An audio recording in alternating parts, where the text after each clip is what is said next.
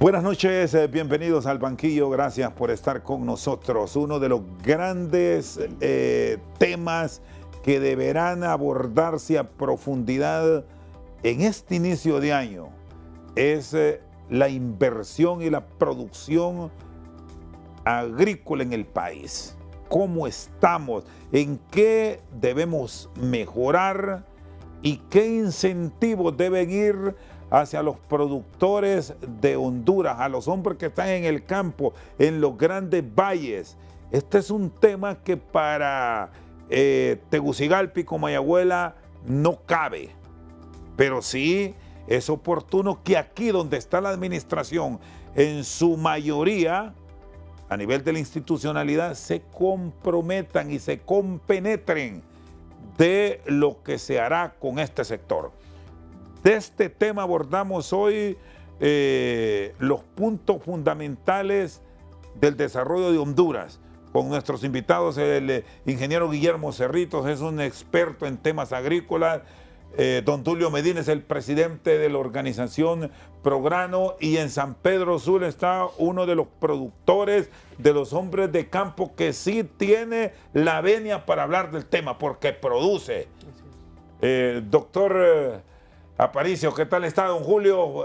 Buenas noches. Quiero arrancar con usted para que nos dé un panorama del Valle de Sula. ¿Qué expectativas se tienen de toda esta zona productiva y lo que demandan de la nueva administración, más allá de lo que se han hecho en los últimos 4 años? Que no todo es malo, que hay cosas que se pueden rescatar, pero la intención y la propuesta que queremos de ustedes hoy es mejoras, es estar en condiciones óptimas para la producción del país. Buenas noches.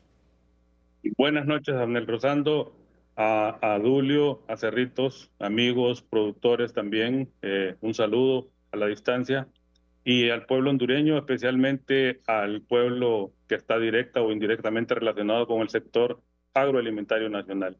Quiero empezar diciéndole que me escucharan y que me escuchen las nuevas autoridades que van a tomar las riendas del país, porque debemos comenzar por el principio, y el principio es crear certidumbre, crear confianza, porque el dinero no lo tiene el gobierno, el dinero lo tenemos los productores nacionales, porque el que no lo tiene en la bolsa para invertir, el banco se lo presta, y esa decisión de invertir es la que hace producir y es la que hace caminar al país.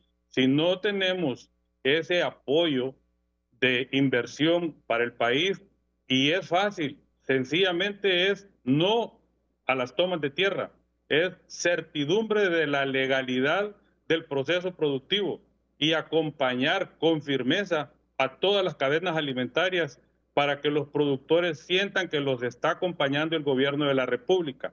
Adicionalmente, quiero yo decirles a estas nuevas autoridades que están llegando que vayan y revisen cuánta reserva estratégica de granos hay. Estamos en un año niña, pero ya exactamente en marzo volvemos al año niño y vamos a estar en condiciones secas. Entonces, yo siento que una de las cosas más importantes es que vean cómo tenemos la reserva de granos en IMA para tomar decisiones hoy. Antes de que tomen posesión, ya deben de estar buscando qué hacer y cómo hacerlo. Volviendo al tema que usted me dice, siento que el compromiso es primero crearle el campo para que nosotros los productores nos sintamos seguros, crear esas condiciones de inversión, porque si no, nadie va a invertir. Si usted está pensando que le van a quitar su pedacito de tierra, pues no va a invertir, y menos el que está produciendo ganado y el que está produciendo leche, carne, huevo. Todo eso necesitamos un presidente y una administración que se comprometa con que nos va a dar seguridad en el agro, y eso es importante. Vamos al tema de inversión agrícola. En la inversión agrícola, lo primero que debemos hacer es hacernos resilientes, porque estamos con cambios climáticos que son totalmente, nos hacen vulnerables, porque son repentinos. En cuanto nos llueve mucho, en cuanto nos hace un verano fuerte, tenemos que tener agricultura de resiliencia. Para eso tenemos que tener sistemas de riego y tenemos que tener avisos tempranos de cómo está manejándose el clima todos los ciclos productivos, y eso debemos de tenerlo como una norma y una regla. Las inversiones en la retención del agua para poder tener los sistemas de riego, todos aquellos productores que no tienen una fuente de agua para poder regar sus cultivos, hay que dotárselas, y para eso hay que retener el agua. Los países desarrollados se han desarrollado con la retención del agua. Si no retenemos el agua, no vamos a tener desarrollo productivo, y menos con la resiliencia que tenemos. Hablábamos del Valle de Sula. Si tenemos la inversión en las 3 represas del Valle de Sula, nosotros vamos a tener más o menos 23,000 hectáreas nuevas a la producción en el valle que más infraestructura de desarrollo tiene. Entonces, eso significa que nosotros podemos ponerle números positivos al Producto Interno Bruto, y eso es productividad en el campo.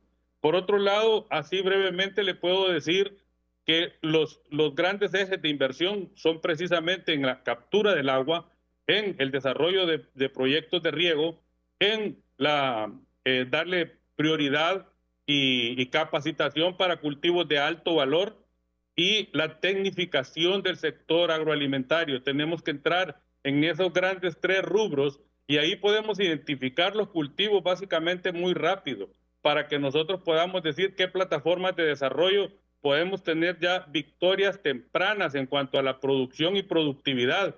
El rubro del café está caminando, el rubro del banano está caminando, los granos básicos tenemos, porque son soberanía nacional. O sea, es importante hablar de soberanía, porque no solo la extensión territorial es soberanía, también es soberanía la comida del pueblo hondureño, y debemos de tenerla seguro. Y en ese sentido tenemos que hablar de maíz, arroz y frijoles, porque esa es la seguridad de nuestra comida. Y también darle prioridad en inversiones a todo el sistema productivo agropecuario, porque tenemos que producir carne, huevo, leche, carne de pollo, carne de cerdo, y todo lo que directa o indirectamente es el desarrollo pecuario del país. Nosotros tenemos que ver esto con la visión de grandes mercados, de producir en procesos productivos fuertes para poder exportar. El mercado del Caribe está accesible para nosotros. El mercado de El Salvador es uno de los mejores mercados que se nos va a abrir a nosotros, y se nos está abriendo. Entonces tenemos que invertir con esa visión. Creo yo que en el Valle de Sula, que es un valle productivo, y los valles del noroccidente del país, que son los valles de parte alta del departamento de Santa Bárbara, tenemos que tener esa certidumbre de la legalidad, tenemos que tener el acceso al agua, tenemos que tener la retención del agua. Esa inversión es la que debemos priorizar, porque en el Valle de Sula, ahí colateralmente vamos a tener agua potable, y vamos a tener también una inversión industrial, porque cuando no se inunde la mayor parte del valle, obviamente que vamos a tener más tierra y más lugares donde poder desarrollar toda la industria que puede venir del extranjero para poder instalarse sin el temor de que se le van a inundar, como le pasó a Gildan en Eta y Ota, que se inundó una de las fábricas más grandes que tiene más mano de obra. Sí, muy bien. Ha sido una explicación tal cual la esperamos para la inversión productiva a gran escala, tecnificada, desde luego con el apoyo de parte de la institucionalidad en un elemento que señalaba el doctor Aparicio, que tiene que ver con la seguridad jurídica, con la tenencia de la tierra.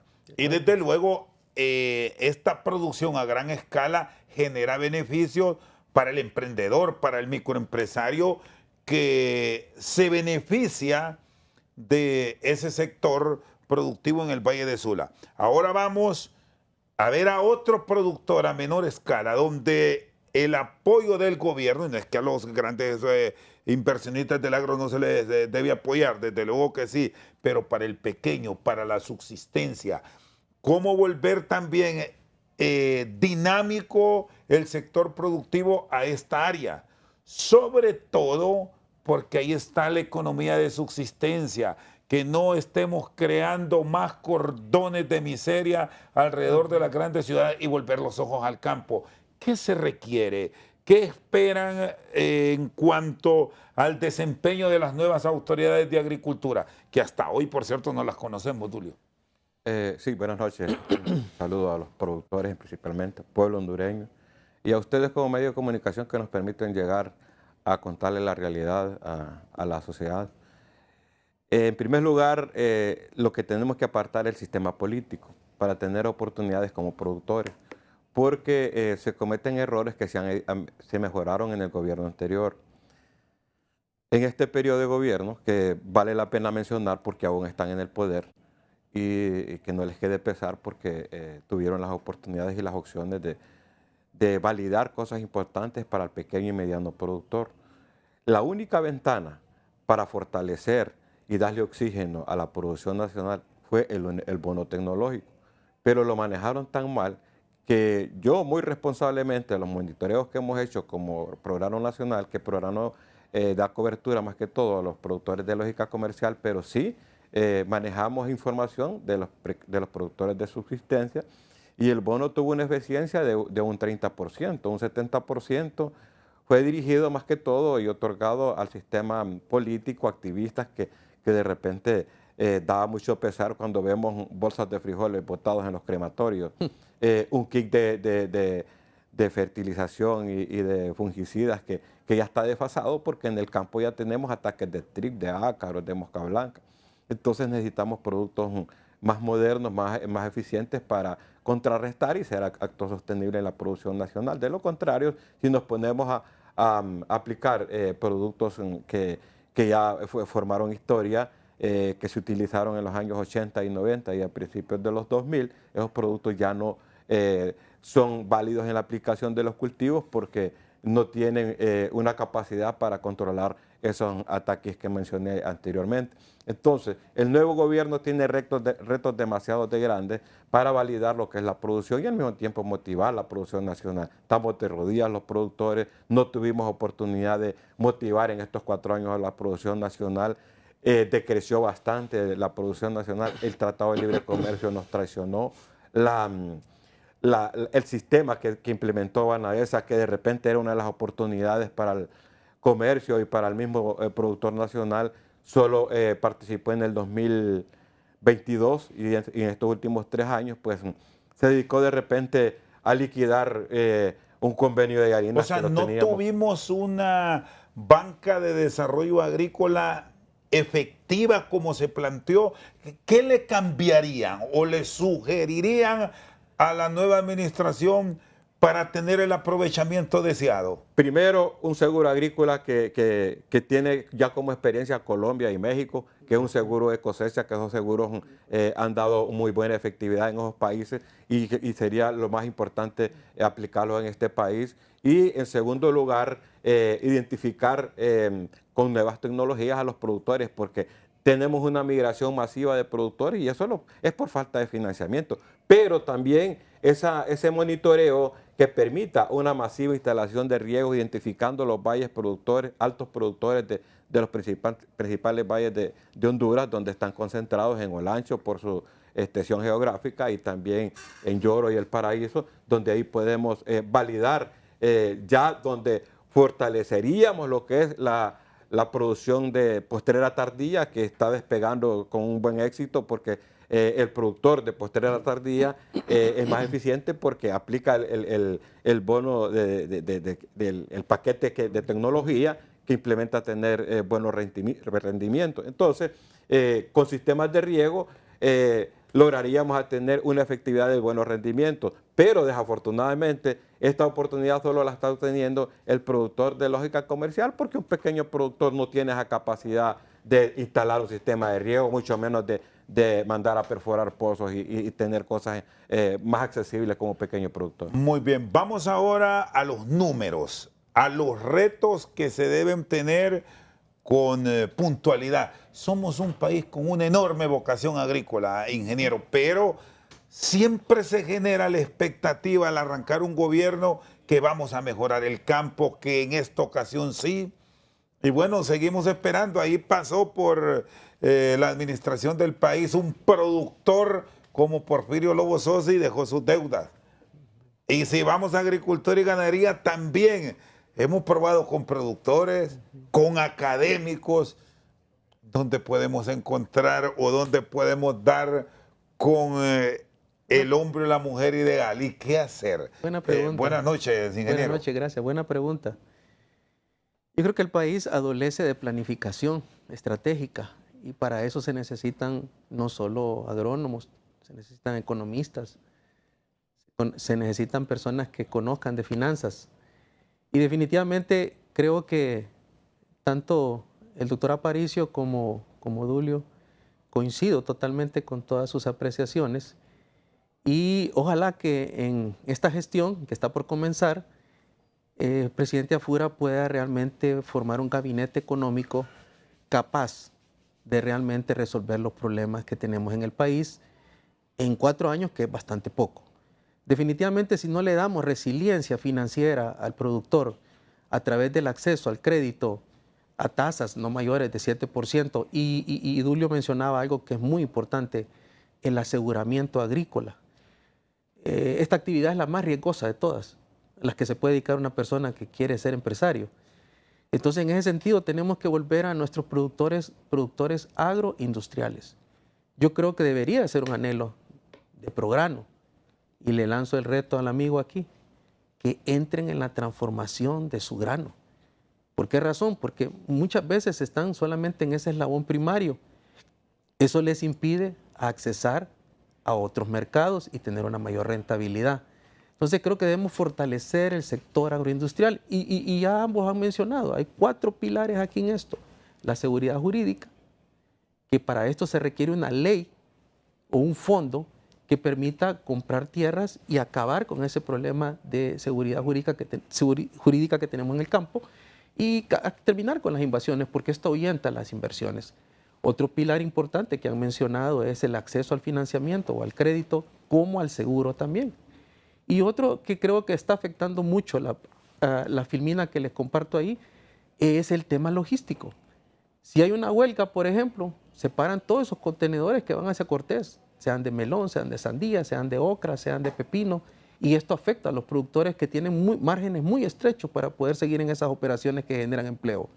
Entonces hay que volver a habilitar el canal seco y el control de inundaciones que mencionaba el doctor Aparicio es muy oportuno y pertinente. El país recibe a veces hasta 2.500 milímetros de agua en una temporada. Es decir, que aquí bajo un orden, pero un orden bien establecido, tendríamos cuántas cosechas si aprovechamos los almacenamientos de agua que, bueno, volvemos a lo mismo, ingeniero, sí, de proyectos, y no sé si hasta proyectos fallidos. Aquí nos dijeron de represamiento del agua, de las famosas cosechadoras de agua, de lagunas. Casi es lo mismo, solo cambian nombre, pero ¿por qué no termina? ¿Por qué nunca funciona? Porque no hay una planificación estratégica. Digamos, si realmente nosotros queremos seguir siendo el país que somos, donde tenemos un PIB, un PIB agro que representa el 12% del PIB total, y realmente queremos ser un país que le apuesta a ese sector, necesitamos inversión en infraestructura. Creo que el próximo presidente eso sí lo tiene bastante claro, ¿verdad? El tema de infraestructura referente a caminos terciarios, secundarios, referente a riego, referente a represamiento, creo que eso va a ser estratégico en el país. El país actualmente difícilmente llegará a unas 100.000 hectáreas que tengan o dispongan sistemas de riego, cuando deberíamos estar en niveles de por lo menos 400.000 hectáreas bajo riego. Esa debería ser la aspiración del país. Sería bueno que un gobierno le apostara a dejar 50.000, el otro 50.000 y entrar en un proceso de irrigación de la agricultura, porque es tan vulnerable en este país que una persona se dedique a esta actividad tan importante en la economía y no tenga la garantía de poder terminar su ciclo de cultivo porque o viene una sequía o viene una inundación.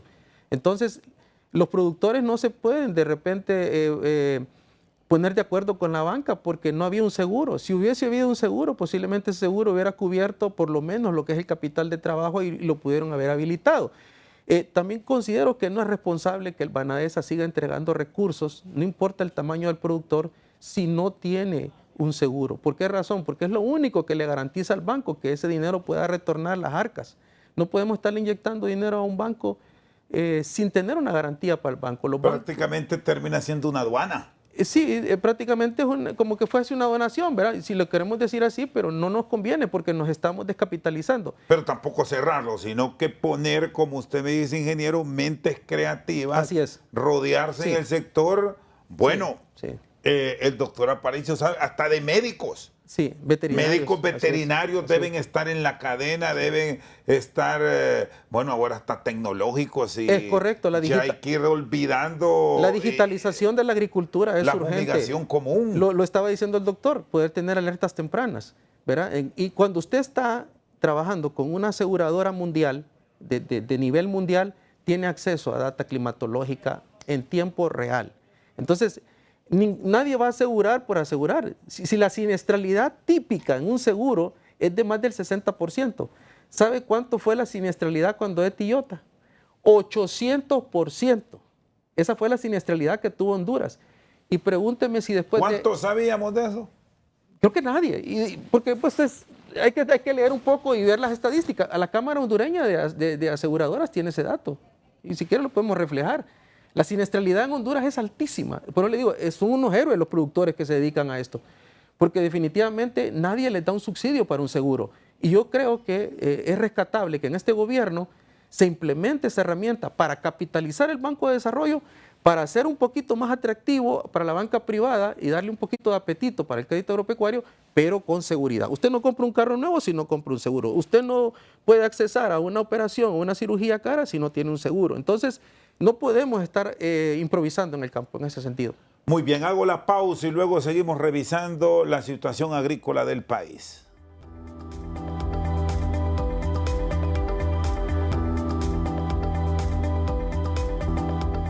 ¿Hay registros verdaderos de cómo estamos en cuanto a los productores?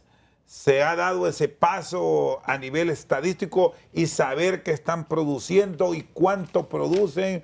¿O vamos a seguir en estos ensayos? Planteo esta pregunta, Dulio, porque en base a eso se hacen los planteamientos para una verdadera mejora del sector agrícola. Lo que decía el ingeniero Cerrito. ¿Cómo están a nivel de programa?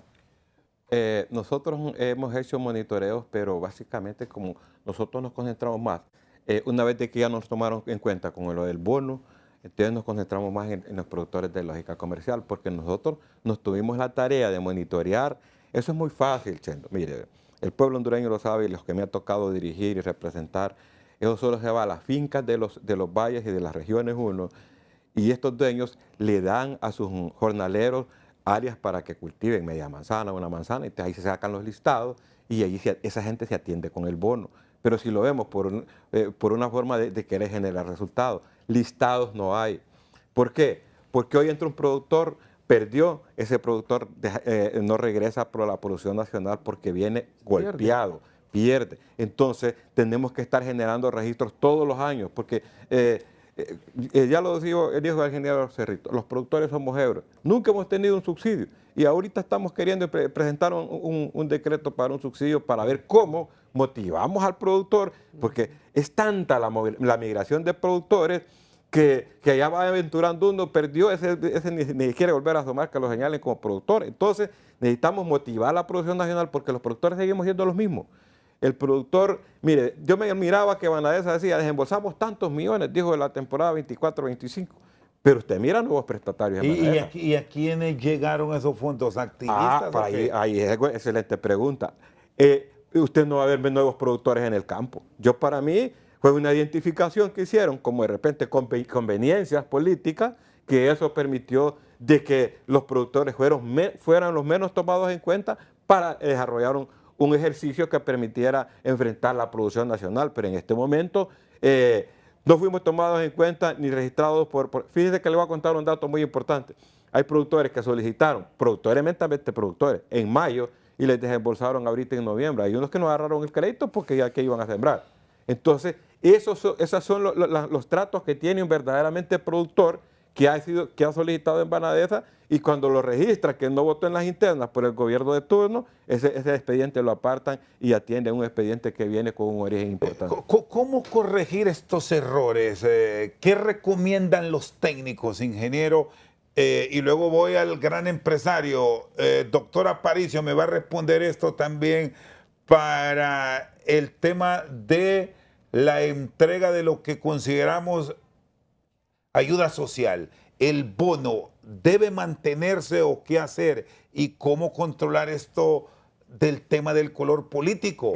Que al que no simpatiza con el partido de gobierno y fue libre, pronto será el Partido Nacional, y si no hay ahí color azul, pues no se va, aunque produzca. No, yo primer lugar, el productor es productor, es agricultor toda su vida, ¿verdad? Y no puede ser excluido ni discriminado por un tema político. Eso es gravísimo, eso es discriminatorio, eso no es justo, eso no es un incentivo. Yo considero que la SAC, y aquí puede ser que no estén de acuerdo varias personas, y yo respeto la opinión de las personas también, debe ser reestructurada. La SAC debe ser un facilitador. Y por ejemplo, el tirar 1.300 millones en bono tecnológico, y lo que ya ha dicho Dulio que sucede, que hay gente que no utilizó esa semilla o no utilizó esos insumos porque realmente no es a lo que se dedica. Vea usted lo que puede hacer con 1.300 millones. Solo le voy a hacer una propuesta, no tiene que ser así. Si nosotros invirtiéramos 200 millones en subvención de un seguro agrícola, que fueran por lo menos 2.000 lempiras por hectárea, nosotros ahí estaríamos asegurando más de 35.000 manzanas de maíz con biotecnología, 10.000 de variedades, 35.000 manzanas de frijol, 2.000 de banano, 1.000 de plátano, 5.000 de arroz, 10.000 de hortalizas y 7.000 de cultivos varios. Esto es un ejercicio que yo he hecho porque considero que no estamos poniendo el dinero en donde realmente es estratégico para el productor y que sí tenga un impacto. ¿Usted revisaría entonces esa política? Los presupuestos, sí, los presupuestos, cómo se están utilizando, y realmente discutirlo con gente como don Julio, ¿verdad? Como Dulio, y realmente salir de acuerdo en que esa es la mejor inversión de ese dinero. Vea, con 1.300 solo en seguro usted puede poner 200. Semilla de granos básicos. Si usted le quiere ayudar a la gente y le quiere entregar una semilla de calidad y un paquete tecnológico, requiere 150 millones de lempiras. Y asegura la primera, asegura la cosecha de primera. ¿Verdad? ¿Por qué? Porque hoy por hoy un productor de maíz no está recibiendo ningún tipo de subvención o apoyo. Pero entregarle ese producto a quien lo va a sembrar, no a quien lo va a vender. Claro, es que ese ha sido el otro gran problema. Es que no hay un seguimiento porque no hay una trazabilidad. Mire, ni un crédito que da Banadesa, ni un bono que da el gobierno, necesariamente sufre un proceso de seguimiento. No se sabe si llegó realmente. O sea que muchas veces puede que estén entregando dinero y lo utilicen para construir viviendas, por citar, esto es solo un ejemplo. Puede dar a otro destino. Comprar un vehículo, qué sé yo. Entonces, qué bonito decir, cuando se aprueba un presupuesto en el Congreso, dice, estamos aprobándole a la SAC 8.000 millones, por decir algo. Pero de eso, después de todas las transferencias, lo que le queda son como 200, 300 millones al ministro o a la Secretaría de Agricultura. Entonces, hay que revisar ese presupuesto, que cada quien reciba su transferencia de forma directa, el INA de forma directa, SENASA de forma directa, DICTA de forma directa. Las universidades. Las universidades de forma directa, correcto, porque el diputado piensa que hay 8.000 millones ahí, o 7.400 o 9.000, cuando no es cierto. En realidad lo que hay es como 200 o 300 millones para operar. Y perdón que lo interrumpa, y este es un buen punto. Dulio habló de los diputados. ¿Qué tienen que andar haciendo los diputados en un manejo agrícola? Diría en todo caso, si hay al menos un diputado que sea productor, creo que todos los que estamos aquí, Dulio, que era más cercano a él, conoció a Rodrigo Castillo, que en paz descanse. A Rodrigo Castillo no le podían discutir tema de sembrar frijoles. Al mismo Porfirio Lobo Sosa. Y ahí podemos encontrar a otros líderes agrícolas que llegaron, pero hay unos diputados que no conocen ni el color del frijol. Entonces, ¿qué tiene que andar haciendo en esto? Ojalá, igual alcaldes también, no solo diputados, que se pelean porque les llegue esa ayuda por agenciarse votos a futuro. Ojalá que en eso el presidente Afura tenga un cambio, porque hasta ahora todos han cometido ese error, pero es tiempo de entrar en mejoras. Así es. Así. Ingeniero. Sí, y que los recursos que se entreguen de alguna manera no se regalan, sino que se capitaliza el productor. O sea, porque al final lo que necesitamos es el fortalecimiento financiero del productor. El productor está desgastado financieramente. Son muy pocos los que hoy pueden hablar de que tienen una solvencia o de que no están en una central de riesgo. Son muy pocos. Entonces, tenemos que atender esa situación y resolverla, porque la mayoría de los productores, su promedio, anda entre los 55 y 60 años. Y entonces, ¿quiénes van a ser los sucesores si están viendo a sus papás en serios aprietos para resolver estos problemas con la banca o con el financiamiento o con el futuro de la finca? O sea, no debemos pensar solo en el momento de hoy, tenemos que pensar a largo plazo. Agricultura vamos a necesitar siempre, tenemos 3 tiempos de comida que atender en la mesa. Y hablamos siempre de educación y hablamos siempre de salud, pero un niño no puede aprender y aprovechar la educación si va mal alimentado al aula. Y una persona se puede deteriorar más rápido su salud si tiene una mala alimentación. Entonces, realmente el campo, creo yo, es el alma de un país. Y para que cuidemos esa alma del país, tenemos que voltear los ojos al campo, escuchar a estas personas que son sabias, como las que hoy nos acompañan, y que han caminado y han visto errores tras errores y cosas que no han acertado. Y creo que hay la capacidad del talento humano en el país para hacer una planificación estratégica del agro. Doctora Aparicio, ¿cómo encontrar que ese relevo sea efectivo? Porque aquí entramos a otra área que hay que ponerle mucha atención. Están dejando a los adultos en el campo. Totalmente. Pocos jóvenes vemos ahora, aunque los hay, con esa dedicación a la variedad que da la producción agrícola. Ahora muchos están en esto. Tecnología que es buena, pero esto no da de comer. Hay que saberlo utilizar desde luego para que nos ayude a producir, pero no solo quedarnos aquí. Doctor, por favor. Mire, me escuché hablar de Banadesa. Mire, por favor, no dejemos que los políticos repartan el dinero. Totalmente. No dejemos que los políticos se dediquen a andar haciendo dádivas, porque el dinero, Banadesa es un cheque en blanco en manos de un político, lo va a malversar. Es demasiado riesgo encontrar personas en los partidos nuestros, porque lo han demostrado a través de todos los tiempos. No hemos encontrado personas idóneas que puedan manejar el banco como maneja una estructura privada. Yo diría que lo que debemos hacer es crear soberanía nacional, y la soberanía nacional es la esencia de la sociedad hondureña, es la comida. El alma. Sin comida no vivimos. Entonces lo que debemos de hacer, así como se compran helicópteros, como se compran aviones, como se compran armas, debemos de ayudar. ¿Quiénes son los soldados de la producción? Somos los productores. ¿Qué debemos hacer? Debemos subsidiar la tasa de interés, porque ahí debemos de llegar y que la banca privada haga su labor y el gobierno presione a los bancos para que entren y arriesguen el sector agrícola con instrumentos como el que ya nos decía el ingeniero Cerritos, que ese es un instrumento increíble para poder hacer el campo más bancable, más seguro, que evitamos y minimizamos el riesgo con el seguro agrícola. Eso no lo inventamos nosotros, ya está en otras sociedades trabajando y funcionando, pero debemos realmente nosotros con el sector del subsidio bajar a 4 puntos, que no sea más del 4% del crédito agrícola. La banca privada no le va a dar un crédito, tiene que ser un crédito supervisado. Ahí es donde está la labor del gobierno, supervisar que el banquero y las asociaciones de productores, verificar a quién se le está prestando el dinero y cómo se le está prestando. Yo creo que con el productor pequeño, ahí sí debemos ir con el tema del extensionismo agrícola. Ahí sí tenemos que llegar, ahí tenemos que ir donde él, porque él no va a buscar, él está apático allá en su finca y toda la vida ha vivido así, él cree que va a seguir viviendo así. ¿Y qué ha pasado? Se le ha ido su hijo para Estados Unidos, allá están viviendo de las remesas y el pedacito de tierra se les está dañando. Entonces, ahí sí hay que hacer una labor y una labor diferente.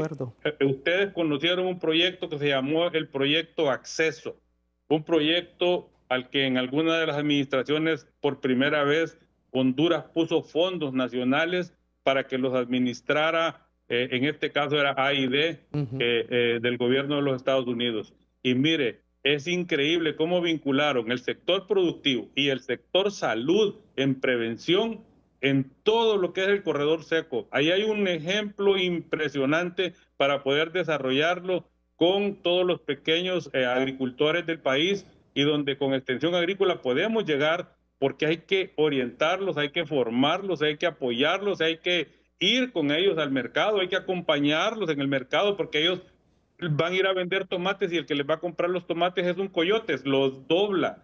Y después no vuelven a sembrar tomates y ahí va otro emprendedor a perder su alternativa. Entonces yo creo que en ese sentido, con el productor pequeño, sí debemos de acompañarlo, sí debemos de estar con él. En el caso de las cadenas productivas ya más desarrolladas de lógica comercial, solo hay que asegurarle los mercados, hay que darle confianza de mercado, certeza de venta, sentarse con los compradores y los productores y armonizar las cadenas, y eso ya se hizo en algún momento, y el campo sí produce, el campo sostiene gran parte de la actividad del país. Lo que pasa es que necesitamos hacerla crecer. Mire, yo creo que en vez de tener ese edificio ahí, ese carísimo del gobierno, donde están todos los ministerios, ya le hubiéramos puesto riego a todo el país y podemos construir 4 complejos de edificios de esos, con lo que va a generar en divisas, en dinero, en impuestos, la actividad económica, pero no se prioriza eso. Al sector agrícola lo utilizan como una moneda de cambio para ganar votos, pero es mentira que le dan plata para que se desarrolle. Eso no es cierto. Si le vamos a dar plata, que le demos 2.000 millones de lempiras al sector rápidamente, inyectamos plata en el sector financiero y todos pueden ir, pero eso sí, el crédito tiene que ser supervisado por el privado, por un banco privado, porque en manos de los políticos no se va a pagar y se va a hacer una piñata. Muy bien. Hacemos una pausa aquí en el banquillo, ya venimos en Punto sobre la Mesa. Me va a informar y le va a contar al pueblo hondureño, don Dulio Medina, cómo es ese subsidio que quieren o es alguna condonación. Ya me va a aclarar todo eso para dejar esta expectativa. Voy a la pausa y ya regresamos.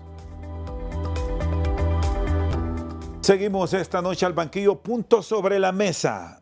¿Cómo es eso del decreto que enviarán los productores, o bueno, que lo solicitarán, que se discute en el nuevo Congreso Nacional? Punto sobre la mesa es presentado por Banco de Occidente. Vive tu momento Infinity con la nueva tarjeta de crédito de Banco de Occidente.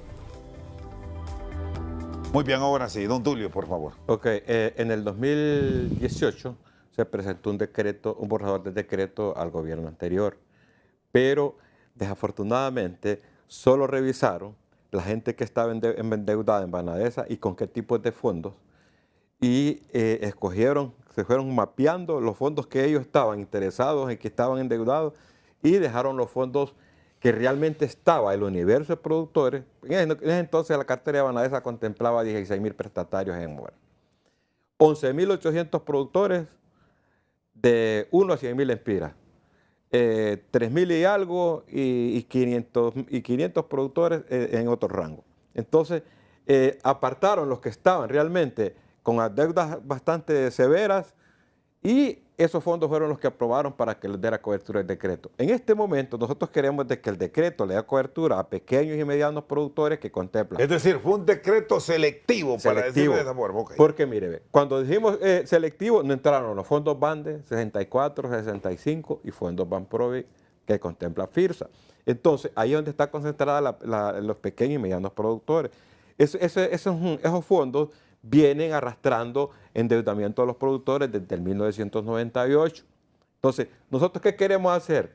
Que hasta 3 millones de lempiras, que es donde está la prudencia de los prestatarios de granos básicos, porque si ya un fondo pasa otorgado a un prestatario de más de 3 millones de lempiras, ya no fue dirigido para la producción nacional, fue dirigido para otros tipos de actividades donde no está concentrada la producción nacional. De esa manera nosotros podemos, con el gobierno en la parte estatal, pedirle al Congreso de que limpie con un subsidio ese endeudamiento para poner vigentes nuevamente a los productores, porque Ya lo decíamos anteriormente, el sector está tan abandonado que tenemos que motivarlo desde allí, desde el 1998 que ha quedado abandonado y solo han venido dándole maquillaje y maquillaje y en el gobierno anterior se dio una dinámica que permitió que de repente Funder participara, que Crédito Solidario participara, pero a la vuelta de la esquina estaban cerrando Banadesa.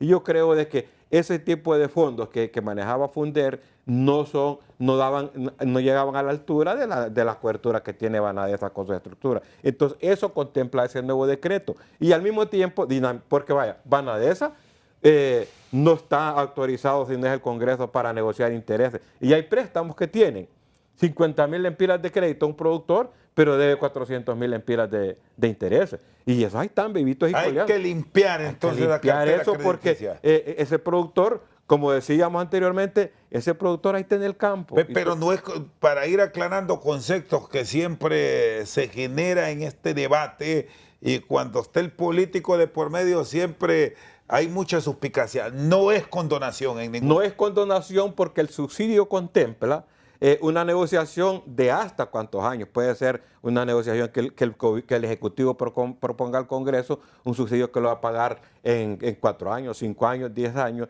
Y si el productor tiene que pagar un cierto porcentaje de intereses, que son 90 días de intereses por cada crédito, y el mismo crédito, si el productor no le cumple, hay un tiempo estipulado, 180 días. Y si en ese tiempo no cumple el productor, el crédito volverá a su estatus anterior como fue otorgado y el productor vuelve a adquirir la deuda. ¿Son buenos estos alivios, doctor Aparicio, para los productores en general, los que están dentro del sistema financiero con deudas pendientes?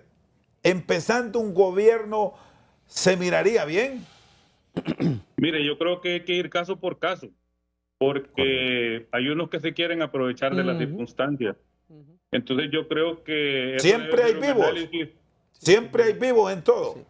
Ese es el problema. Y entonces esos vivos han dañado la reputación del gremio. Y entonces ahora ya usted solito anda pensando en condonación porque a usted le viene retumbando eso, le viene... Y entonces ya usted ya viene con ese pensamiento porque ha pasado. Y entonces ese tema es el que debemos nosotros, creo que, alejar de todos nosotros los productores, porque al productor que se le ayude también hay que comprometerlo para que deje de andar pidiendo ayuda. Si se le ayudó una vez, pues hombre, ya se le ayudó una vez y que no vuelva a pedir ayuda, porque si esa vida es la de nunca acabar, todos van a querer que le den un préstamo, no pagó ese préstamo, le ayudaron a arreglar ese préstamo, le dan otro préstamo, no paga el otro, y hay productores que tienen 4 y 5 créditos montados porque ninguno han pagado. Esos productores lo que están esperando es que alguien les regale el dinero y que alguien se los pague. Yo creo que los líderes de productores también debemos de ser muy responsables en ese sentido y debemos de saber que no podemos arriesgar fondos públicos porque lo que nos van a crear es más pobreza. Somos un país pobre. El dinerito que tenemos debemos de invertirlo bien.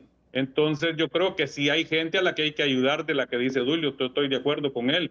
Hay gente que sí sale adelante y va a ser un productor nuevo, un productor renovado, un productor diferente que va a salir adelante. Pero hay unos que lo que andan queriendo ahí es que les paguen sus deudas.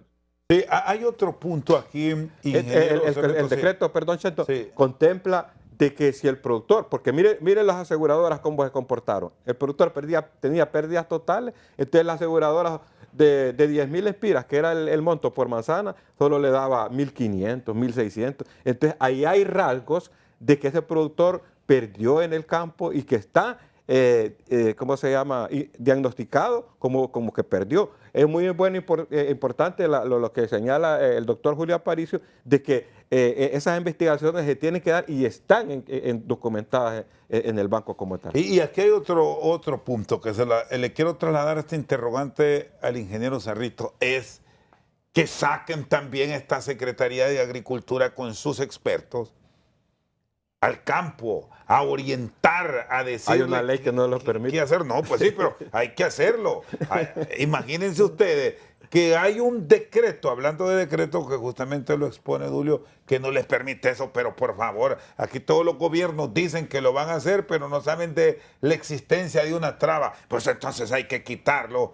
Si aquí en un escritorio lo que pueden producir es cizaña y meter clavos.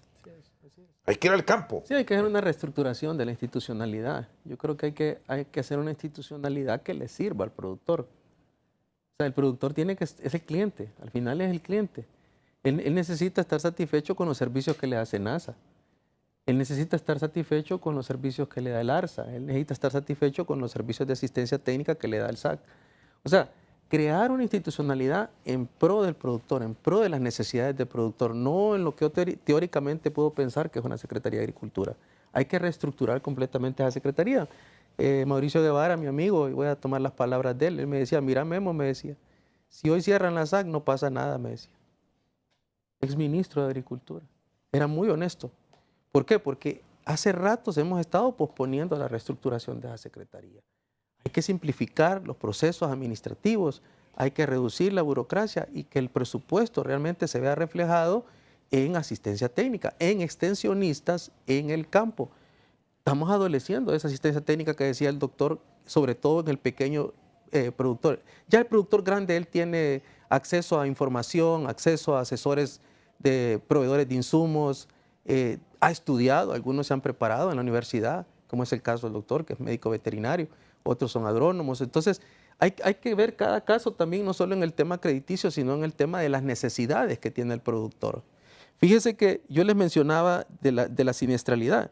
En el 2020 tuvimos una siniestralidad de 806%. Entonces el productor, eso es en el 2020, no recuerdo cuánto fue la cifra con el huracán Mish. Y es que el problema es que hay muchos productores que no se pudieron levantar ni reponer del evento catastrófico que fue el Mish, y luego vino Eta y Iota. Bueno, de hecho, el sector bananero solo se quedó con 3 productores independientes de banano. Habían 23 productores de banano, solo quedaron 3. Entonces, el agro es muy sensible a los fenómenos climáticos, ¿verdad? Entonces, en vez de que invirtamos la plata en más estructura, en más burocracia, ¿por qué no le invertimos en la modernización de los servicios que ofrece la Secretaría de Agricultura a los productores? Y uno de ellos es la digitalización de la agricultura, los programas de trazabilidad, ¿verdad? El gusano barrenador, ahora mismo tenemos un problema que hay que abordarlo, ¿verdad?, de una manera más tecnificada, más académica. Entonces creo que requiere un cambio, y yo sentaría a los productores, porque los productores saben dónde les duele y qué es lo que realmente necesitan y qué esperan de una institucionalidad. Muy bien, hacemos una pausa y ya regresamos aquí en Al Banquillo. Seguimos esta noche al Banquillo hablando de la situación agrícola del país. Nos acompañan expertos, el doctor Julio Aparicio, productor Dulio Davino, hombre de estadísticas y de números, y productor el ingeniero Cerrito. Hablando de esos grandes temas que se deben abordar, los programas de irrigación. Ingeniero, siempre estamos con los mismos planteamientos, y aquí si ahora no se aborda esto con puntualidad, nos podemos ver dentro de un año y seguiremos en lo mismo. Caso de las tierras en los dominios de Dulio. Allá el proyecto de irrigación del Valle de Jamastrán se quiso reactivar y solo fue el impulso y quedamos en deuda. Y muchos otros valles seguimos con lo mismo. ¿Cómo llevar estos proyectos a la eficiencia? Bueno, primero yo propondría que se abra una línea de financiamiento a bajas tasas y periodos de gracia, porque el riego garantiza que va a haber producción. Entonces deberíamos disponer de suficientes recursos para que las personas que se interesen en asegurar su productividad, en asegurar sus cosechas y no estar en el vaivén del temporal, es que le demos un financiamiento lo más atractivo posible. Y como le digo, la garantía es el mismo riego, ¿verdad? ¿Por qué razón? Porque el que tiene riego va a producir. Ahora, junto al riego viene junto un subsidio de la energía. ¿Por qué razón? Porque no solamente es el agua, sino es cómo va a impulsar llevar esa agua la irrigación, ¿verdad? En algunos casos hay algunas tierras que las irrigan por gravedad, pero en la mayoría de los casos va a requerir de una bomba, va a requerir de una fuente de energía. Entonces, Yo siempre critiqué y lamento volver a estar insistiendo en eso, que hay mucho subsidio que no es productivo, no es estratégico. Habemos personas que, por ejemplo, porque no consumimos los 150 kilowatts, pues nos llega en cero el recibo de luz. Pero ¿qué aporte le hacemos con eso realmente a la producción? Ninguno. En cambio, un productor que debiera tener acceso a subsidio del combustible, a subsidio de la energía y al crédito blando y a tasas realmente atractivas y periodos de gracia para riego, no lo tenemos. Entonces, no vamos a poder hacer todo en 4 años. Un periodo de gobierno tiene que enfatizar en algo. Yo creo que en este caso habría que escoger y priorizar qué es lo que le da mayor retorno a la inversión pública. Y en eso ponerse de acuerdo con los productores y irse por ahí. Y el siguiente gobierno pues tendrá que hacer otra gestión. Ahora tiene la mesa limpia el próximo presidente, pero tiene que escoger 1, 2, máximo 3 proyectos que sean realmente de impacto para el país. ¿Qué es oportuno producir? Lo dejamos en ese escenario. ¿Qué recomendaría usted? Viendo los números, porque esto también es de estadística, que si invertimos es rápidamente la posibilidad de recuperarlo efectiva. Y no solo para lo nuestro, porque no es subsistencia, es también ponerlo en el gran mercado, ingeniero. Sí, casi todo, en mi opinión, tiene que ver con cultivos de agroexportación, ¿verdad? Que requieren una rotación con granos básicos, con maíz. Entonces, si usted tiene un sistema de riego que le puede permitir, por ejemplo, un productor en Comayagua que produce pepino para exportación, en su siguiente ciclo siembra maíz.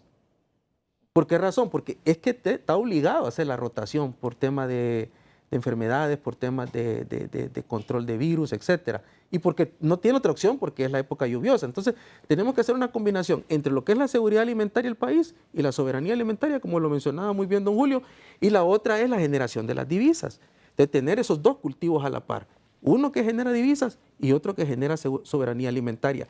Y apoyar de lleno a ese productor, darle seguimiento, darle financiamiento y que ese productor se comprometa realmente a que va a honrar sus deudas y en el caso que tenga un siniestro, pues que tenga un seguro para poder ser habilitado para un siguiente proceso. Yo no lo miro complejo, yo lo que miro es falta de voluntad y falta de priorización de qué es lo que se quiere hacer, porque no se puede hacer todo.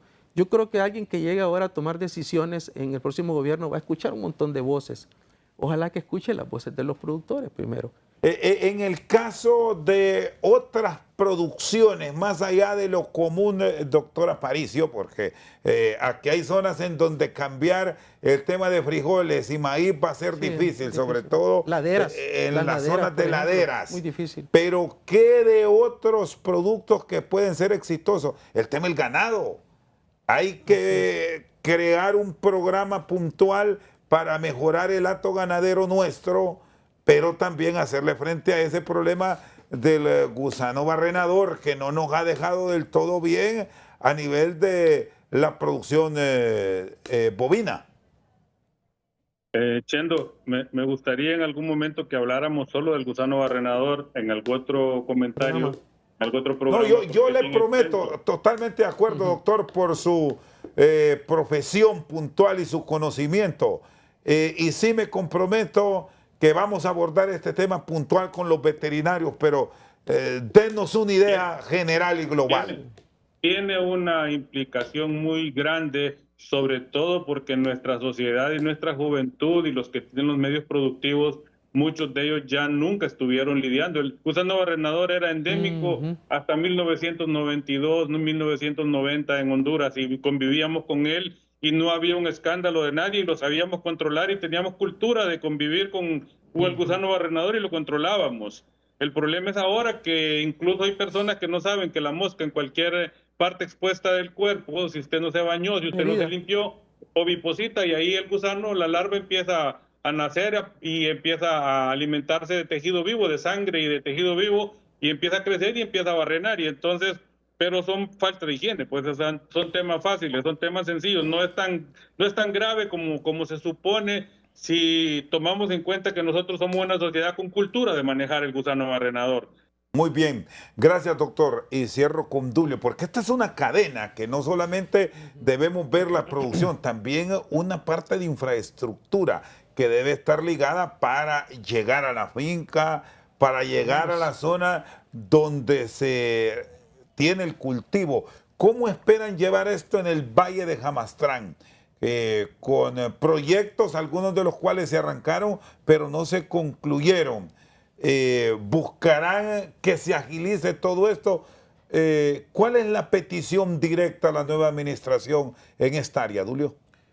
En el gobierno del presidente Maduro se hizo el primer estudio del Valle de Jamastrán, del río Valle de Jamastrán, y eso provocó darle seguimiento en los diferentes turnos de gobierno, a tal grado de que casi se instaló cuando el gobierno de Pepe Lobo. Se inauguró y se lanzó en el gobierno de Juan Orlando. Se puso la primera piedra, ya van como unas 20 piedras ya en el Valle de Río Jamastrán. Dios santo. Y se inició, comenzaron a trabajar los hindúes, los de Apolo, toda la gente que está involucrada en el tema de la instalación del río. De allí se paró porque no había otro desembolso. Lo que habían desembolsado no, estaba, como quien dice, considerado en relación a lo que ellos habían hecho en el valle como tal. Pero al final fracasó todo, hubo 8,5 millones de desembolso de dólares para hacer la primera compra, para mano de obra, y al final ahí están los materiales en las acacias, en el Valle de Jamastrán, unos pocos que quedaron. Hizo un ejercicio muy importante este gobierno, que lo que hay que decirlo, de la cinta que estaba próspera a deteriorarse, la donaron a productores, siempre y cuando tendría que fuera beneficiario del Valle de Jamastrán. Pero los demás, ahí está la cinta de riego, todos los materiales ahí están concentrados. Hay otro dinero que se perdió en el sistema de manejo de querer instalar el Valle de Río Jamastrán, y eso nos permitió a nosotros solicitarle a la presidencia por medio de la agricultura y de ganadería que nos diera el arrendamiento de los materiales que habían quedado, como ser perforadoras, háiteres, pero eso se quedó únicamente solo para calmarlos a nosotros de que eso se iba a conseguir y no repudiáramos cuando fueron a liquidar el río Jamastrán a mediaciones de este año 2025. Muy bien. Dulio Medina, Guillermo Cerritos y Julio Aparicio han estado con nosotros esta noche al banquillo. Por su sintonía, muchas gracias.